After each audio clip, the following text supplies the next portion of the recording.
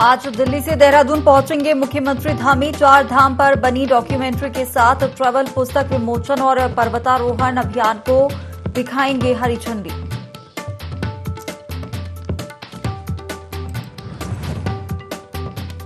उत्तराखंड में भी दिख रही अमृत महोत्सव की धूम। बीजेपी की अपील, घरों के साथ डीपी में भी लगाएं तिरंगे की फोटो।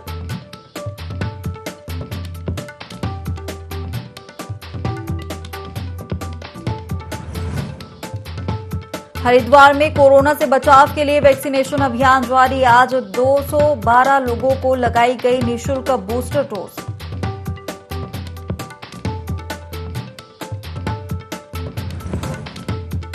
विधायक का फर्जी स्टिकर लगाकर घूमना युवकों को पड़ा भारी। पुलिस ने गाड़ी को किया सीज, गाड़ी से निकलवाए फर्जी स्टिकर।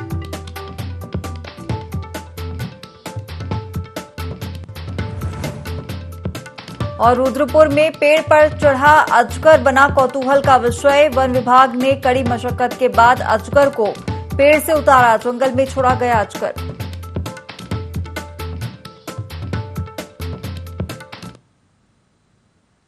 नमस्कार, बहुत स्वागत है आपका देवभूमि लाइव के इस खास बुलेटिन में। मैं हूं आपके साथ हिमांशा मेहता। बुलेटिन की शुरुआत करेंगे खबरों के साथ। उत्तराखंड में आजादी का अमृत महोत्सव धूमधाम के साथ मनाया जा रहा है। इसी कड़ी में भाजपा हर घर तिरंगा यात्रा की शुरुआत की है, जिसके तहत 12 अगस्त से 15 अगस्त तक हर घर में तिरंगा फहराया जाएगा।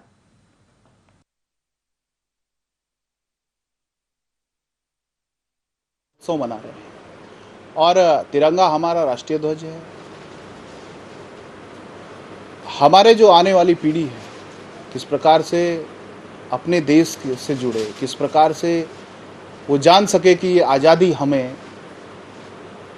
किन परिस्थितियों में मिली है, इसको लेकर के भारतीय जनता पार्टी ने हर घर तिरंगा यात्रा जो है वो प्रारंभ की है, जिसका कि 12, 13, 14 तारीख को उत्तराखंड के अंदर भारतीय जनता पार्टी ने इसको मिशन में लिया है कि हर घर में तिरंगा फहराया जाए, हर घर तिरंगा युक्त हो। पंचम वाहिनी एसएसबी के अधिकारियों और जवानों ने हर घर तिरंगा अभियान के तहत जागरूकता रैली निकाली। ये रैली नेपाल सीमा से लगे तामली क्षेत्र में जेआईसी तामली के छात्र छात्राओं के साथ मिलकर निकाली गई। इस दौरान सीमावर्ती ग्रामीणों से 13 से 15 अगस्त तक तिरंगे को हर घर में फहराने की अपील की गई। एसएसबी के कमांडेंट देवरानी ने कहा कि एसएसबी हर घर तिरंगा अभियान को सफल बनाने के लिए मुख्यालय सहित 18 सीमावर्ती चौकियों में जागरूकता अभियान चला रही है।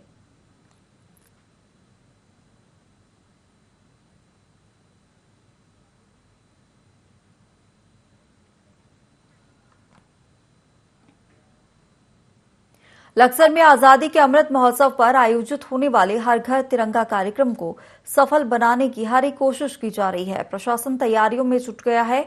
एसडीएम ने बताया कि 13 से 15 अगस्त तक लक्सर विकास खंड में हर घर तिरंगा कार्यक्रम आयोजित किया जाएगा, जिसके साथ ही डाक विभाग में जनता के लिए सेल्फी प्वाइंट भी बनाया जा रहा है, ताकि जनता तिरंगा झंडा खरीदने के बाद सेल्फी प्वाइंट पर सेल्फी ले सके। बता दें कि ये सेल्फी सरकार को भेजकर कार्यक्रम में सहभागिता दर्ज कराई जाएगी।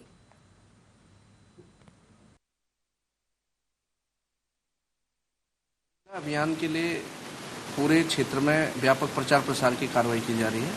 ऊपर से डायरेक्शन है कि इस पूरे क्षेत्र में व्यापक प्रचार प्रसार हो। इसमें खंड विकास अधिकारी के स्तर से भी कार्रवाई की जा रही है।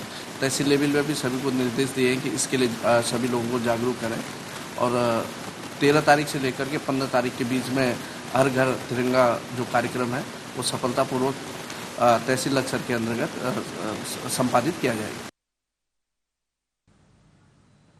श्रीनगर गढ़वाल में सुअरों में अफ्रीकन स्वाइन फ्लू तेजी से फैल रहा है। अब तक 200 से अधिक सुअर इसकी चपेट में आने से उनकी मौत हो गई है। वहीं अब नगर निगम परिषद बचे हुए सुअरों को भी मारने की तैयारी में जुट गई है। इसके लिए नगर निगम ने बैठक बुलाई, जिसमें सुअर पालक से लेकर पशु चिकित्सक मौजूद रहे।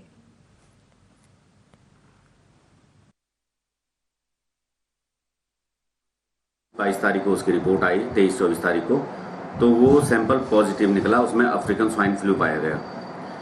उसके बाद लगातार डेथ हो रही हैं। उसके बाद हमने एक मीटिंग की इनके साथ, पशु चिकित्सा अधिकारी के साथ। तो उसमें ये तय किया गया है कि जो अब बचे हुए सूअर हैं, क्योंकि ये बीमारी ऐसी है कि ये फैलेगी और सबको मरना है, ये पक्का है। तो इसलिए हम क्या कर रहे हैं कि हमारी एक टीम बनी हुई है उनके साथ, पशु चिकित्सा अधिकारी के साथ, और आज से हम उनको जो जिंदे हैं सूअर जो अभी जीवित हैं उनको मारने के लिए लगभग 350 सूअर अभी हैं जीवित और 300 के करीब मर चुके हैं। हरिद्वार में कोरोना संक्रमण से बचाव के लिए लगातार वैक्सीनेशन अभियान जारी है। इसी कड़ी में प्रेमनगर आश्रम में वैक्सीनेशन कैंप के जरिए 212 लोगों को बूस्टर डोज लगाई गई। रेड क्रॉस के सचिव डॉक्टर नरेश चौधरी ने बताया कि ऋषिकुल जम्बो साइट वैक्सीनेशन सेंटर पर वैक्सीन लगाने का अभियान लगातार जारी है। इसके अतिरिक्त आश्रम, धर्मशाला, स्कूल, कॉलेज में यदि ज्यादा लाभार्थी हैं तो आवश्यकता अनुसार वहीं पर वैक्सीनेशन कैंप लगाकर डोज लगाई जाती है।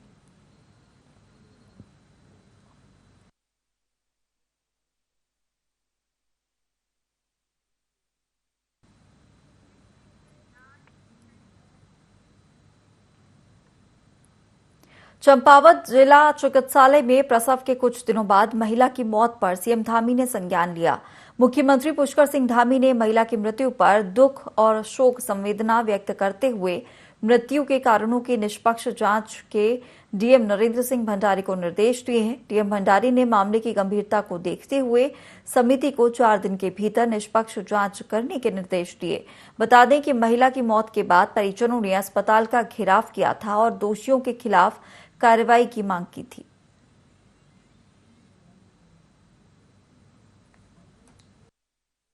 कि संजय का जो बीमार हुई थी, जो प्रसव हुआ था वो ठीक नहीं हुआ था। हमारा सीधे कहना है ये, क्योंकि प्रसव के तीसरे दिन से जब बुखार आना शुरू हो गया, इन्होंने तीसरे दिन में यहाँ से डिस्चार्ज किया, घर चले गए। उसके तीसरे दिन से बुखार आना शुरू है। ये 2 बार इन्हें रात को भर्ती किया। इनसे हमने कहा डॉक्टर साहब इसकी हालत कैसी है? इन्होंने कहा ठीक है। ये हमारे ऊपर हावी हो जाते थे बार बार कि ठीक हो जाएगी, तुम क्या जानते हो, क्या नहीं जानते हो। और जब इन्होंने लास्ट 9-10 दिन नाम करते एक दिन पहले इन्होंने कहा कि संजय को और बुखार आया। हम यहाँ लाए थे उस दिन भी हमें इनके साथ झड़ा पड़ी। हमने कहा अभी भी बताते टाइम तो हम कहीं ले जाते हैं। लास्ट में इन्होंने रिफर किया, हमने जीवनोन्मन कराया। जीवनोन्मन ये अल्ट्रासाउंड रिपोर्ट है, इसमें उन्होंने कहा इसका इतना इन्फेक्शन होता है, यहाँ सही नहीं हो गया, आप हाथ कहीं बाहर ले जाए, किसी भी हॉस्पिटल ले, उन्होंने किसी भी हायर हॉस्पिटल लिया। फिर इसके बाद हम हल्द्वानी ले गए। हल्द्वानी में सुशीला तिवारी, ब्रिजलाल, जो जितने कृष्णा, 4-5 हॉस्पिटल सबके पास ले गए, सबने हाथ खड़े कर दिए। फिर एक ने सलाह दी कि हो सकता है राम मूर्ति ले जाओ, तो राम मूर्ति में ले गए। राम मूर्ति वालों का सीधा कहना है कि आप बहुत लेट हो गए, इसके जो अंदर के पार्ट्स हैं सारे खराब हो चुके हैं, इसमें गुर्दा, शरीर, फेफड़े। उन्होंने फेफड़े सांस लेने के लिए भी यहाँ से नली डाली। जो इंसाफ जो हमारी बेटी के साथ हो, अन्य बेटी के साथ ना हो, ये इंसाफ चाहिए हमें। इसमें जिला चिकित्सालय में डिलीवरी के बाद महिला को बुखार हुआ और उसमें महिला ने दिखाया, फिर हल्द्वानी भी रेफर हुई और हल्द्वानी के बाद बरेली भी गई, जहाँ पे उनकी डेथ हो गई है। तो इस संबंध में कहाँ पर चूक हुई है और किसकी इसमें गलती है और क्या इसमें कॉम्प्लिकेशंस हुए और कहीं पे अगर नेग्लिजेंस हुई है तो उस संबंध में 3 सदस्यीय समिति गठित कर दी गई है और उसमें 4 दिनों के अंदर इनको अपनी आख्या देनी है और रिपोर्ट आने के बाद अगर कोई कमी पाई जाती है तो संबंधित के विरुद्ध ठोस कार्रवाई की जाएगी। रुड़की में विश्व हिंदू परिषद के पूर्व जिलाध्यक्ष विकास शर्मा ने अपने समर्थकों के साथ आम आदमी पार्टी की सदस्यता ग्रहण की है। इस मौके पर आम आदमी पार्टी के प्रदेश प्रभारी दिनेश मोहनिया और अन्य पदाधिकारियों ने पार्टी में आए लोगों का स्वागत किया। इस दौरान प्रदेश प्रभारी दिनेश मोहनिया ने कहा कि आम आदमी की अपेक्षा को पूरा करने के लिए आम आदमी पार्टी हर भरसक प्रयास करेगी।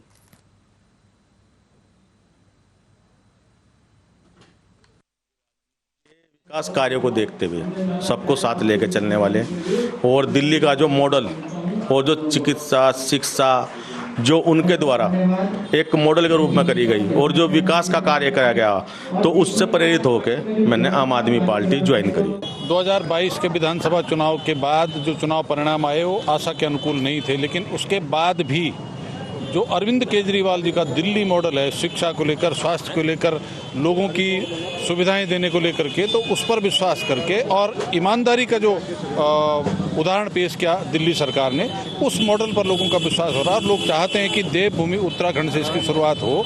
इसके लिए भी से हम तैयारी कर रहे हैं कि लोग पार्टी के साथ जुड़ करके हम बूथ स्तर तक संगठन का गठन करके राज्य के अंदर एक ईमानदार सरकार का गठन कर सके। जिस तरीके से काम की राजनीति दिल्ली और पंजाब में हो रही है, उसको देख के न केवल उत्तराखंड बल्कि पूरे देश में आज लोग आम आदमी पार्टी को एक उम्मीद के रूप में देख रहे हैं। इसी कड़ी में आज रुड़की में शर्मा जी ने आम आदमी पार्टी ज्वाइन की है। उनके साथ सैकड़ों समर्थकों ने भी आम आदमी पार्टी ज्वाइन की है। आम आदमी पार्टी का परिवार, उसका कारवां लगातार आगे बढ़ रहा है। खबरों में आगे बढ़ेंगे और बड़ी खबर देहरादून से, जहां उत्तराखंड में मंकी पॉक्स को लेकर स्वास्थ्य विभाग ने अलर्ट जारी किया है। आपको बता दें कि विदेश यात्रा से लौटने वालों पर स्वास्थ्य विभाग की पैनी नजर है। केंद्र सरकार के दिशा निर्देशों पर विभाग की ओर से आज एसओपी की जारी की जाएगी और विदेश यात्रा से लौटने वालों में मंकी पॉक्स के लक्षणों पर भी नजर रखने के निर्देश यहां पर दिए गए हैं। तो बड़ी खबर देहरादून से, जहां अब उत्तराखंड में मंकी पॉक्स को लेकर स्वास्थ्य विभाग ने अलर्ट जारी कर दिया। और खबर पर तमाम जानकारी के साथ प्रिंसिपल करस्पॉन्डेंट कैलाश बिष्ट हमारे साथ जुड़ गए हैं। कैलाश, अब जिस तरीके से मंकी पॉक्स देश में भी पैर पसारता हुआ नजर आ रहा है, उसे लेकर अब उत्तराखंड में स्वास्थ्य विभाग ने अलर्ट जारी किया है। बिल्कुल हिमांशा, देखिए जिस तरीके से अगर मंकी पॉक्स की बात की जाए तो मंकी पॉक्स को लेकर स्वास्थ्य विभाग बहुत ज्यादा अलर्ट यहाँ पर नजर आ रहा है। तो जो प्रभारी जो स्वास्थ्य सचिव है डॉक्टर राजेश कुमार, उन्होंने साफ तौर पर ये निर्देश दिए हैं कि जो भी व्यक्ति बाहर से अगर उत्तराखंड आता है तो उसकी जांच की जाएगी और इसके लिए जो एयरपोर्ट है, एयरपोर्ट से भी जांच के लिए साफ तौर पर निर्देशित कर दिया गया है। उसके अलावा जो स्वास्थ्य महकमा है, कोरोना को लेकर भी स्वास्थ्य महकमा इस वक्त सजग नजर आ रहा है। कई जगह बूस्टर डोज लगाई जा रही है और इसके चलते इस वक्त देहरादून जो राजधानी है, राजधानी देहरादून में ज्यादा केसेस इसके आए हैं। और जिस तरीके से कोरोना में लोगों की मौत हुई, उसी तरीके से मंकी पॉक्स को लेकर कोई अनहोनी न हो, इसके लिए जो प्रशासन है, प्रशासन ने सख्त यहाँ पर हिदायत दी है तमाम लोगों को कि बिना जांच के कोई भी लोग नहीं निकलेंगे या नहीं जाएंगे। और साथ ही जो भी विभागीय जो कर्मचारी है, उन कर्मचारियों को भी साफ तौर पर ये कहा गया है कि बिना जांच के किसी को भी ना जाने दिया जाए। तो कुल मिलाकर ये माना जा रहा है कि प्रशासन इसको लेकर बहुत ज्यादा सजग है, गंभीर है और इसको लेकर कोई भी कोताही बर्दाश्त नहीं की जाएगी। बिल्कुल कैलाश, क्या इसे लेकर कोई गाइडलाइन भी जारी की गई है स्वास्थ्य विभाग की ओर से? देखिए, आज एसओपी जारी हो जाएगी स्वास्थ्य विभाग की तरफ से और एसओपी अगर जारी हो जाएगी तो जाहिर तौर पर जो एसओपी होगी, एसओपी के आधार पर ही तमाम कर्मचारियों को काम करना होगा। स्वास्थ्य विभाग में जो टेस्टिंग होगी, टेस्टिंग को बढ़ाया जाएगा अगर इस तरह के कोई केस आते हैं। और चूंकि मंकी पॉक्स को लेकर इस वक्त कई तरीके से लोगों के अंदर एक डर है, लेकिन हालांकि अभी तक इस तरह की कोई भी केसेस मंकी पॉक्स के उत्तराखंड नहीं आए हैं। लेकिन उससे इन केस अगर कोई केस आता है तो जाहिर तौर पर उसके लिए प्रशासन ने पहले से ही अपना अलर्ट मोड पर सभी कर्मचारियों को रख दिया है और उसी के लिए सभी तैयारियां की गई हैं। टेस्टिंग को के लिए भी यहाँ पर पूरी तरीके से तैयारी देखी जा रही है और उसके साथ साथ जो कोविड अब बढ़ना एक बार फिर से शुरू हो चुका है तो प्रशासन इसको भी हल्के में नहीं ले रहा है। इसके लिए भी अब जगह जगह टेस्टिंग की जा रही है, लोगों में एक बार फिर से अवेयरनेस देखी जा रही है, लोगों ने मास्क लगाना शुरू कर दिया है, लोग बूस्टर डोज लगवा रहे हैं। तो कहीं ना कहीं जो सरकार है, जो प्रशासन है, पूरी तरीके से अब इन्वॉल्व एक बार फिर होता नजर आ रहा है। बिल्कुल कैलाश, लेकिन मंकी पॉक्स के लक्षणों को लेकर भी कहीं ना कहीं लोगों में जागरूकता की जरूरत है, उसे लेकर क्या कुछ किया जा रहा है? मंकी पॉक्स को लेकर जहां तक अगर बात की जाए तो मंकी पॉक्स को लेकर अभी लोगों में वाकई में जागरूकता नहीं है, क्योंकि मंकी पॉक्स का अभी कोई भी केस अभी इस तरीके से नहीं आए हैं। हाँ, लेकिन तो जागरूकता का जहां तक सवाल है तो जो संबंधित जो विभाग है, संबंधित जो महकमा है, उसका साफ तौर पर ये कहना है कि प्रचार और प्रसार किया जाएगा, चाहे वो इलेक्ट्रॉनिक चैनलों के माध्यम से प्रसार प्रसार किया जाए, चाहे प्रिंट के माध्यम से प्रचार प्रसार किया जाए, ताकि जो लोग हैं, लोगों में इसको लेकर एक अवेयरनेस यहाँ पर आ सके और लोग इसके प्रति गंभीर हो सके। हिमांशा, चलिए, तमाम जानकारी के लिए आपका शुक्रिया।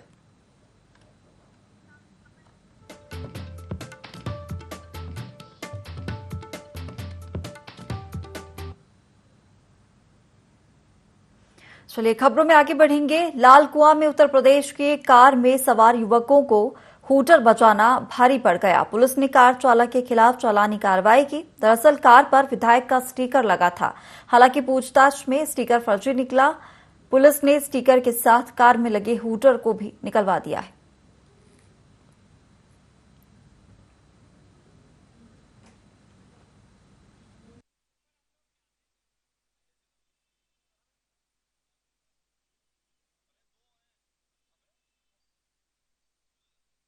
के अनुपालन के संबंध में जो चेकिंग टीम द्वारा यहाँ पे एक डस्टर गाड़ी यूपी नंबर की थी, जिसमें अवैध होटल लगा हुआ देखा गया। इस संबंध में इससे पूछा गया तो इसने कोई ऐसे दस्तावेज पेश नहीं किए जिसमें ये जस्टिफाई होता हो कि होटल लगाया गया। तो इस संबंध में होटल को जब्त कर लिया गया तथा MB एक्ट में कार्रवाई की जा रही है। थराली में प्रेस क्लब की नई कार्यकारिणी का शपथ ग्रहण समारोह आयोजित किया गया। वहीं मौके पर विधायक भूपाल राम टमटा ने बतौर मुख्य अतिथि के रूप में उपस्थित हुए, जहां उन्होंने समारोह में नवगठित कार्यकारिणी को शपथ दिलाते हुए कहा कि लोकतंत्र में पत्रकारिता ही एक माध्यम है जो जनता से जुड़े हर मुद्दे को सरकार से लेकर जनहित के मुद्दों को समाधान करने में अहम भूमिका निभाता है। इस दौरान उन्होंने कहा कि चमोली जनपद को पहली बार किसी राजनीतिक दल के प्रदेश अध्यक्ष की कमान मिली है, जिसके लिए उन्होंने बीजेपी का आभार व्यक्त किया।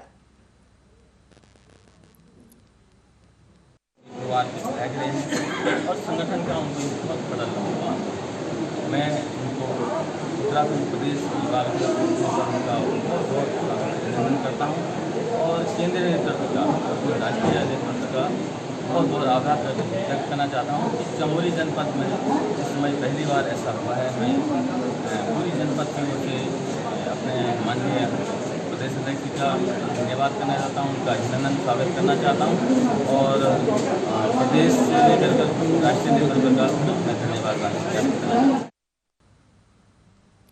पौड़ी शहर में निर्माणदायी विभागों पर ठेकेदारी संघ ने तालाबंदी कर दी।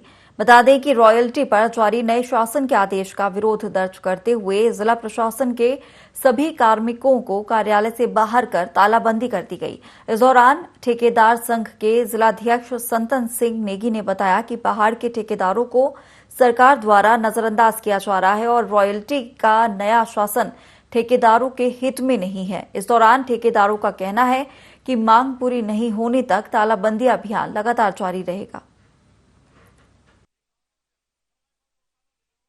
लिए आंदोलन एक रजिस्ट्रेशन रॉयल्टी 28 जून को जिन्होंने रॉयल्टी का शासन आदेश निकाला वो ठेकेदार के पक्ष में नहीं है। नंबर 1। नंबर 2, 27 तारीख कैबिनेट बैठक में सतपाल महाराज ने हमारा पक्ष रखा है। इस रॉयल्टी का जो कानून है वो काला कानून है, क्योंकि अगर हमारे कल बॉन्ड होंगे हमें डीएम के वहां जाना पड़ेगा। दूसरे डीएम की जितनी भी शर्तें रॉयल्टी की हमारा खनन से संबंधित कंसल्ट कर दिया गया। ठेकेदारों ने कार्य बहिष्कार किया है। आपदा में लगी हुई जो मशीनें थी उनको आज से हटा दी गई है और धीरे धीरे ये आंदोलन और उग्र रूप धारण लेगा।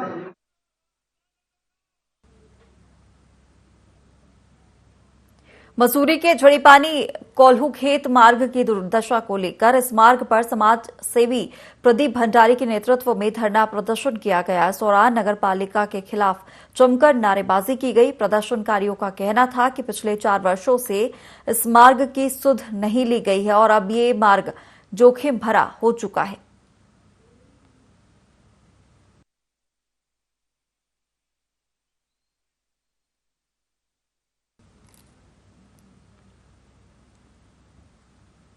बागेश्वर में उत्तराखंड क्रांति दल ने चुप्पी तोड़ो अभियान की शुरुआत की। बैठक में यूकेडी ने उत्तराखंड की दुर्दशा पर चिंतन मंथन किया। उत्तराखंड क्रांति दल के जिलाध्यक्ष हीरा वल्लभ भट्ट ने कहा कि उत्तराखंड निर्माण के बाद इस राज्य की बागडोर ऐसे लोगों के हाथ में है जो ये कभी नहीं चाहते थे कि उत्तराखंड अलग राज्य बने और यही कारण भी रहा कि आज भी राज्य रोजगार, शिक्षा, स्वास्थ्य जैसी मूलभूत सुविधाओं के लिए तरस रहा है। बीजेपी सरकार पूरी तरह से विफल है।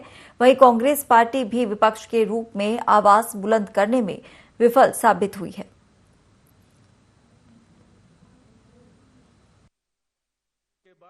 राज्य की बागडोर ऐसे लोगों के हाथ में गई जो इस राज्य को नहीं चाहते थे राज्य बने, और ऐसे लोगों के हाथ में बागडोर गई तो यहाँ का विकास नहीं हो पाया, यहाँ का पलायन नहीं रुक पाया, लोगों को रोजगार नहीं मिल पाए, यहाँ पर कोई उद्योग धंधे नहीं खुल पाए, यहाँ पर शिक्षा की व्यवस्था जो है अच्छी नहीं हो पाई, यहाँ पर जो है स्वास्थ्य की व्यवस्था अच्छी नहीं हो पाई, सड़कों की स्थिति यहाँ पर जस की तस बनी हुई है। तमाम सारी जो मूलभूत हमारी क्षेत्रीय समस्याएं हैं वो समस्याओं का यहाँ पर कोई भी विकास हमारे लोगों का नहीं हो पाया।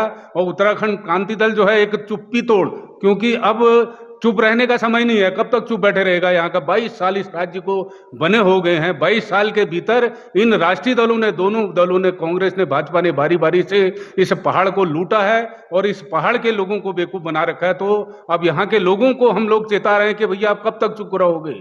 उठो, जागो और चुप्पी तोड़ो और इन राष्ट्रीय दलों के खिलाफ जो है झंडा।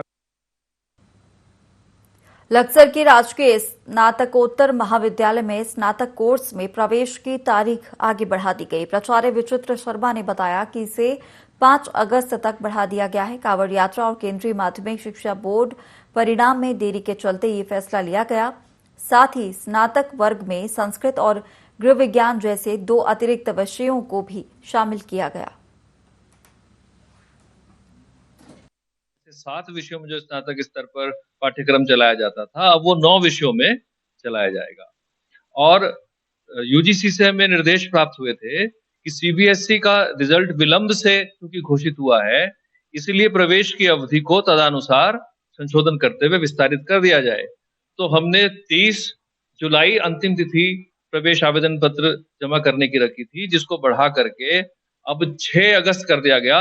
5 अगस्त तक छात्र छात्राएं जो इच्छुक प्रवेश के हैं वो महाविद्यालय कार्यालय से प्रवेश आवेदन पत्र प्राप्त कर सकते हैं और 6 तारीख तक उसको कार्यालय में जमा कर सकते हैं। रामनगर वन प्रभाग के चांदनी बीट में 5 वर्षीय मादा बाघिन का शव मिला, जिससे वन महकमे में हड़कंप मच गया। बता दें कि पोलगढ़ मार्ग से सटे जंगल में गश्त के दौरान वन कर्मचारियों को बाघिन का शव मिला है। प्रथम दृष्टया बाघिन की मौत आपसी संघर्ष के तहत बताई जा रही है। बाघिन के शव को पोस्टमार्टम के लिए वन विभाग के चूना खान रेस्ट हाउस भेज दिया गया है।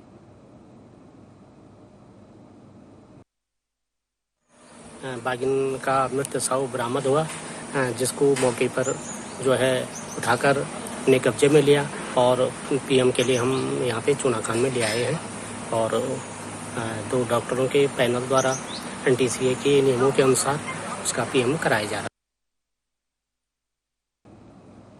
लोहाघाट ब्लॉक के मडगांव स्थित भगवती मंदिर में महिलाओं ने भव्य कलश यात्रा निकाली, जहां 9 दिवसीय देवी भागवत कथा का शुभारंभ हुआ। मंदिर समिति के अध्यक्ष ने बताया कि 9 दिवसीय देवी भागवत कथा का आयोजन जनता के सहयोग से किया जा रहा है, जिसमें कथावाचक पंडित ललित चंद्र पाठक के द्वारा देवी भागवत कथा सुनाई जा रही है। कथा को सुनने के लिए दूर दूर से भक्त पहुंच रहे हैं।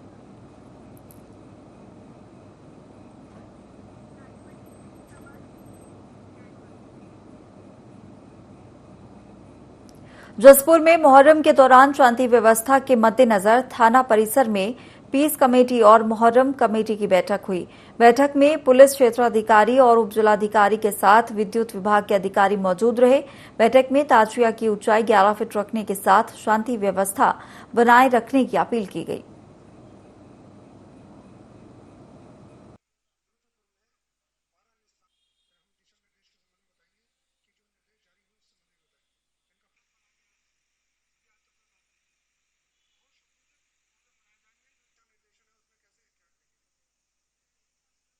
कमेटी और पीस कमेटी को दोनों को बुलाया गया था और उनसे जो मीटिंग की गई थी उनकी समस्याएं भी सुनी कि जो है मुहर्रम के दौरान जब मुहर्रम ताजिए निकलते हैं उसके दौरान क्या क्या समस्याएं आती हैं। अन्य विभागों को भी बुलाकर उनकी समस्याओं के निराकरण के लिए भी निर्देशित किया गया है।